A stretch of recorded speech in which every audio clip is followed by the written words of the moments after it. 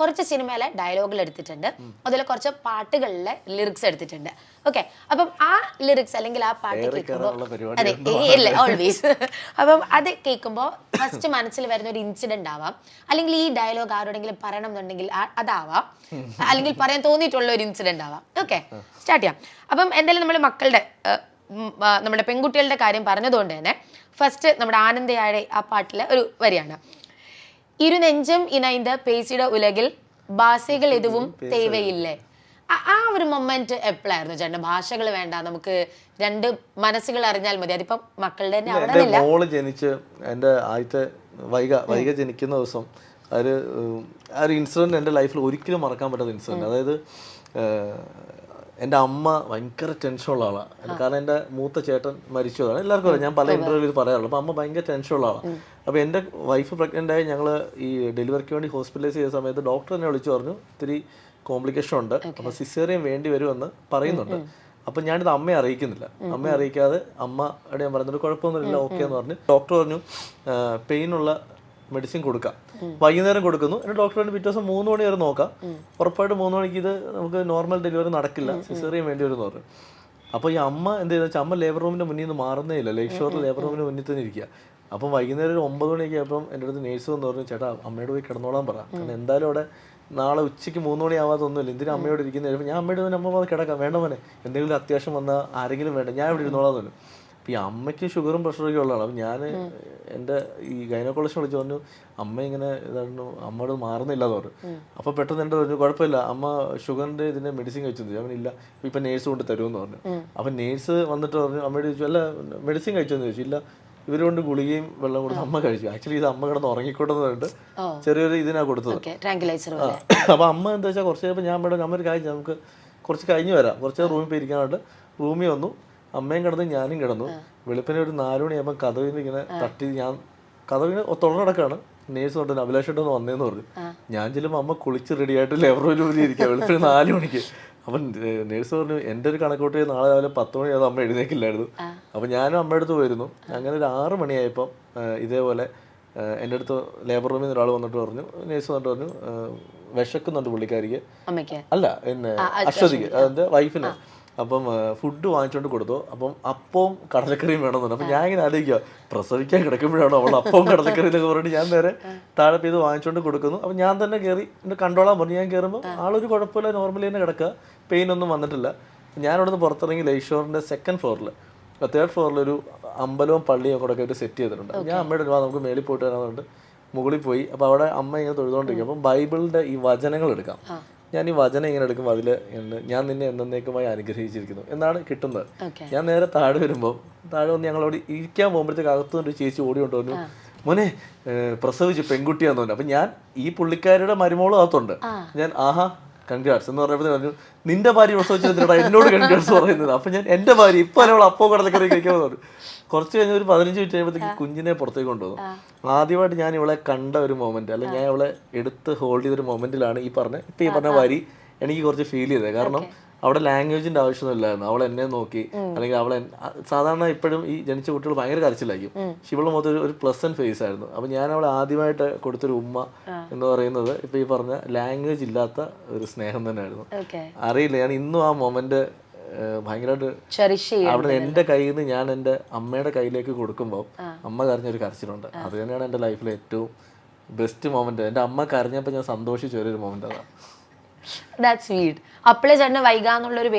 ഞാൻ ഹോസ്പിറ്റലിൽ ഡെലിവറിക്ക് വേണ്ടി ഇവിടെ കയറിയപ്പോൾ തന്നെ ഞാൻ പറഞ്ഞിട്ടുണ്ട് അവിടെ പിന്നെ ലാസ്റ്റ് നമ്മൾ പേരെഴുതി കൊടുക്കണല്ലോ, അല്ലെ ബേബി ഓഫ് എന്നുകൊണ്ട് എഴുതുന്നുണ്ട്, നമ്മൾ അവിടെ നിന്ന് തന്നെ രജിസ്റ്റർ ചെയ്യണം.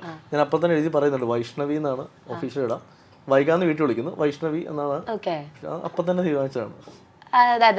രണ്ടാമത്തെ പെൺകുട്ടിയാണെങ്കിൽ അത് മീനാക്ഷി തന്നെ ഇടുമെന്നുള്ളത് ഞങ്ങൾ ആ സമയത്ത് തന്നെ തീരുമാനിച്ചിട്ടുണ്ട്. ജനിച്ചു കഴിഞ്ഞ് കുറച്ച് കഴിയുമ്പോൾ തന്നെ അടുത്ത ഒരു കുഞ്ഞ് വരുമ്പോൾ അത് പെൺകുട്ടിയാണെങ്കിൽ മീനാക്ഷി എന്നും ആണാണെങ്കിൽ മറ്റൊരു പേരും നമ്മൾ കണ്ടുവച്ചിട്ടുണ്ടായിരുന്നു. ഓക്കെ, ഞാൻ അതിൽ കേട്ടിട്ടുണ്ട് മക്കളൊക്കെ ഇപ്പം എന്നിട്ട് ഇങ്ങനെ കറങ്ങി നടക്കുവാണ് അച്ഛൻ പോയി എഴുതിക്കൂടെ എന്ന് പറഞ്ഞിട്ട് നല്ലപോലെ.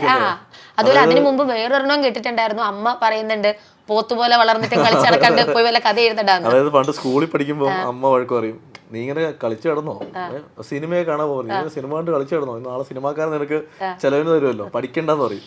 അത് കഴിഞ്ഞ് കുറെ കഴിഞ്ഞ് ഇപ്പൊ സിനിമാക്കാര് ചിലവര് തന്നു തുടങ്ങിയപ്പോ ഞാൻ ഇങ്ങനെ പതുക്കെ അവിടെ നിന്ന് പറയും, പണ്ട് ആരൊക്കെ ഇവിടെ സിനിമാക്കാരെ കളിയാക്കിയിരുന്നു, ഇപ്പൊ സിനിമാക്കാര് തന്നൊക്കെയാണ് നമ്മൾ കഴിക്കുന്നത് കളിയാക്കുമ്പോ അമ്മ പറഞ്ഞു, എടാ കറങ്ങി നടക്കാതെ പോയി വരും എഴുതണമെന്ന് പറയും. അപ്പൊ ഞാൻ ആലോചിക്കണം, ഈ അമ്മയ്ക്കൊരു മാറ്റമില്ല, പണ്ടും ഇത് തന്നെ ഇപ്പോഴും ഇത് തന്നെ.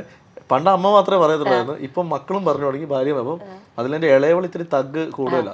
അവൾ ഈ 2 ദിവസം മുന്നേ ഞാൻ ഇപ്പൊ ഇടയ്ക്ക് വീട്ടിലേക്ക് വന്നോളൂ, കാരണം എഴുത്തുകാരുടെ ഞാൻ എറണാകുളത്താണ്. ഞാനീ ചെന്നപ്പോഴത്തേക്ക് എൻ്റെ അടുത്ത് ഇങ്ങനെ പറയുകയാണ്, അപ്പം ഞാൻ ഈ മാളികപ്പുറത്തിന് 1 വർഷം സെലിബ്രേഷൻ നമ്മൾ ഇവള് കണ്ടു.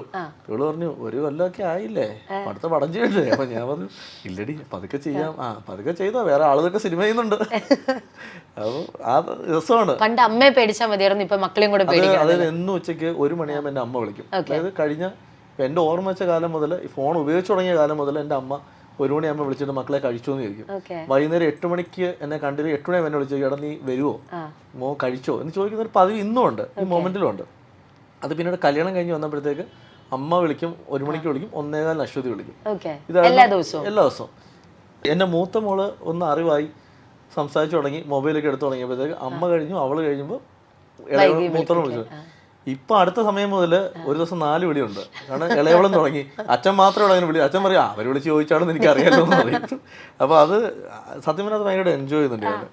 അല്ല, ശരിക്കും ചേട്ടൻ്റെ പല കാര്യങ്ങളും കേൾക്കുമ്പോൾ നമുക്കൊരു സ്നേഹം തോന്നാറുണ്ട്. ലൈക്ക് യു ആർ എന്താ like embraced bye love and affection. ഇല്ല, എല്ലായിടത്തു നിന്നും ഭയങ്കരമായ സ്നേഹവും അഫെക്ഷനും കിട്ടുന്നുണ്ട്. അപ്പം നമുക്ക് ശരിക്കും കേൾക്കണം, നമുക്ക് സ്നേഹം എന്ന് പറയുന്നത് എപ്പോഴും ഒരു ഫ്യൂവലാണ്, നമുക്ക് ഓരോ കാര്യങ്ങളെ നല്ല രീതിയിൽ ചെയ്യാനുള്ള നമ്മുടെ ഇന്ധനമാണ് എന്നുള്ളൊരിതിൽ. അപ്പം how does this motivate U?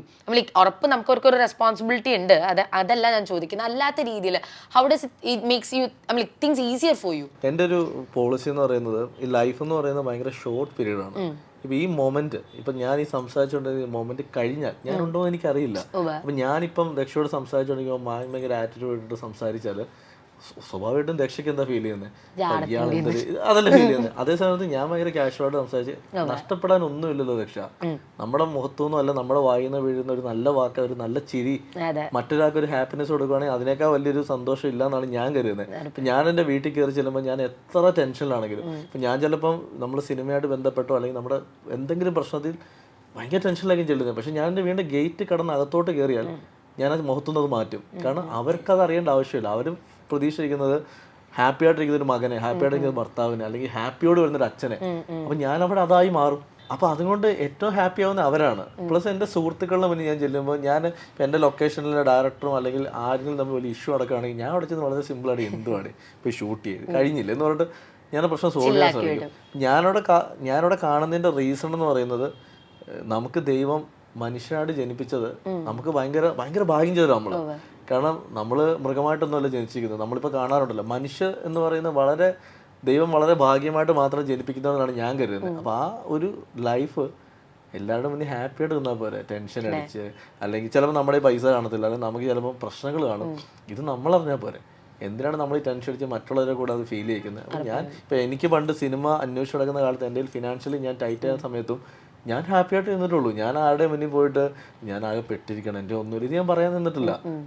പക്ഷേ ചിലപ്പോൾ എൻ്റെ ക്ലോസ് സർക്കിൾ എൻ്റെ സുഹൃത്തുക്കൾക്ക് മാത്രം അറിയായിരിക്കും. അപ്പോൾ അവർ പലപ്പോഴും ചിലപ്പോൾ എന്നെ ഹെൽപ്പ് ചെയ്തിട്ടുണ്ടാവും. അവിടെ പോലും ഞാൻ പറയാം, അളിയാ വേണ്ട കുഴപ്പമില്ല. അവർ ചിലപ്പോൾ ഞാൻ ഇല്ലടാ ഇത് നീ വെക്കുന്ന എൻ്റെ തന്നിട്ടുണ്ട്. അപ്പം ഞാൻ കഴിവതും നമ്മുടെ വിഷമങ്ങളും നമ്മുടെ ഇതും ആളുകളെ അറിയിക്കാറില്ല. പക്ഷെ ഞാൻ എൻ്റെ സന്തോഷങ്ങൾ എല്ലാവരും അറിയിക്കും. അത് കാരണം എന്താ വെച്ചാൽ, എൻ്റെ സന്തോഷം ഞാൻ എപ്പോഴും പറയും. ഇപ്പം എൻ്റെ സുഹൃത്തുക്കൾ, എൻ്റെ ഫാമിലി, ഞാൻ എൻ്റെ ഫാമിലിയെ പറ്റി സംസാരിക്കുമ്പോൾ ഇത് കേൾക്കുന്ന അല്ലെങ്കിൽ ഇൻ്റർവ്യൂ കാണുന്ന ഒരാൾക്ക് ശരിയാണല്ലോ, നമ്മുടെ അമ്മ നമ്മളെ എന്നും വിളിക്കാറുണ്ട്, ഞാൻ ഫോൺ കട്ട് ചെയ്ത് കളയാറുള്ളല്ലേ. എൻ്റെ എത്രയോ സുഹൃത്തുക്കൾ എൻ്റെ അടുത്ത് ഫോൺ കട്ട് ചെയ്തിട്ട് പറയും, അമ്മയാന്നേ ചുമ്മാ ആയിരുന്നു വിളിച്ചുകൊണ്ടിരിക്കും. ഞാൻ ആലോചിക്കുന്നത്, എടാ അമ്മ ഉള്ളപ്പോഴേ എൻ്റെ വില അറിയത്തുള്ളൂ. നാളെ ഈ അമ്മ ഇല്ലാതായി കഴിയുമ്പോൾ നിന്നെ വിളിക്കാൻ ആളില്ല, അപ്പൊ നീ ആരുടെ ഫോൺ കട്ട് ചെയ്യുമെന്ന് ഞാൻ ചോദിക്കും. അപ്പം ഞാൻ സത്യം പറഞ്ഞാൽ ഓരോ ദിവസം വിഷമിക്കുന്നത് എന്താ വെച്ചാൽ, നാളെ ഇവരൊക്കെ ഇല്ലാതായി പോകുന്നൊരു മൊമെന്റ് ഇല്ലേ. എനിക്കറിയില്ല ഞാനിതൊക്കെ എങ്ങനെ സർവൈവ് ചെയ്യുന്നത്. കാരണം ഞാൻ ഭയങ്കര അറ്റാച്ച്ഡ് ആണ്, ഞാൻ എൻ്റെ ഫാമിലിയായിട്ട് അറ്റാച്ച്ഡ് ആണ്.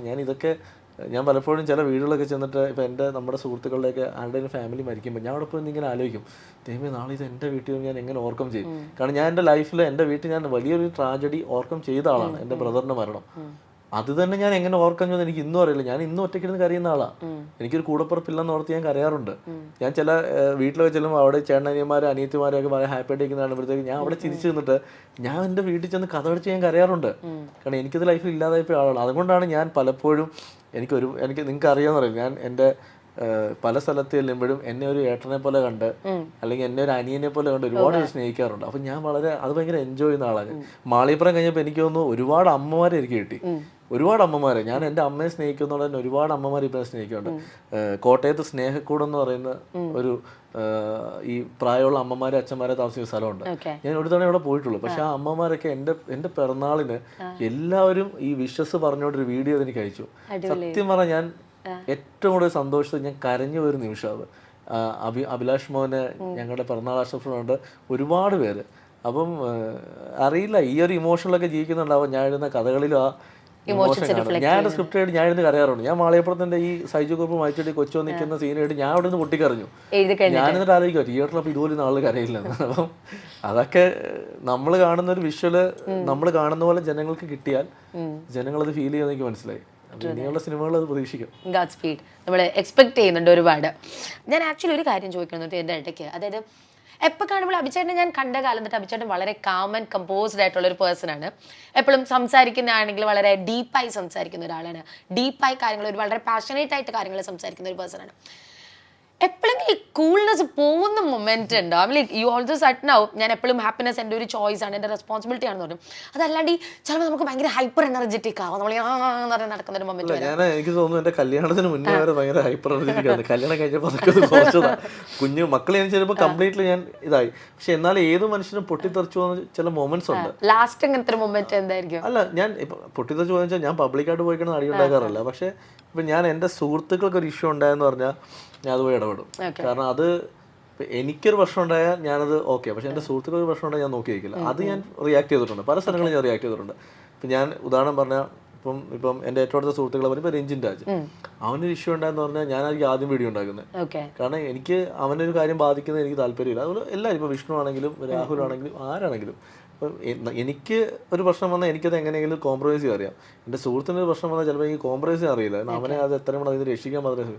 അങ്ങനെയുള്ള മൊമെന്റ്സിലൊക്കെ ഞാൻ പൊട്ടിത്തെറിച്ചിട്ടുണ്ട്. പക്ഷെ എങ്കിലും ഞാൻ കഴിവതും ഒഴിവാക്കാറുണ്ട്. പണ്ടൊക്കെ ഈ വണ്ടി ഓടിക്കുമ്പോൾ നമ്മൾ കോളേജിലൊക്കെ പഠിക്കുമ്പോൾ വണ്ടി ഓടിക്കുമ്പോൾ നമ്മുടെ വണ്ടി ഒരു വണ്ടി ഓവർടേക്ക് ചെയ്ത് പോയാൽ എനിക്ക് ദേഷ്യം വരും. അതെന്താ നമ്മുടെ വണ്ടി ഓവർടേക്ക് ചെയ്ത് ഞാൻ വീണ്ടും പോകും.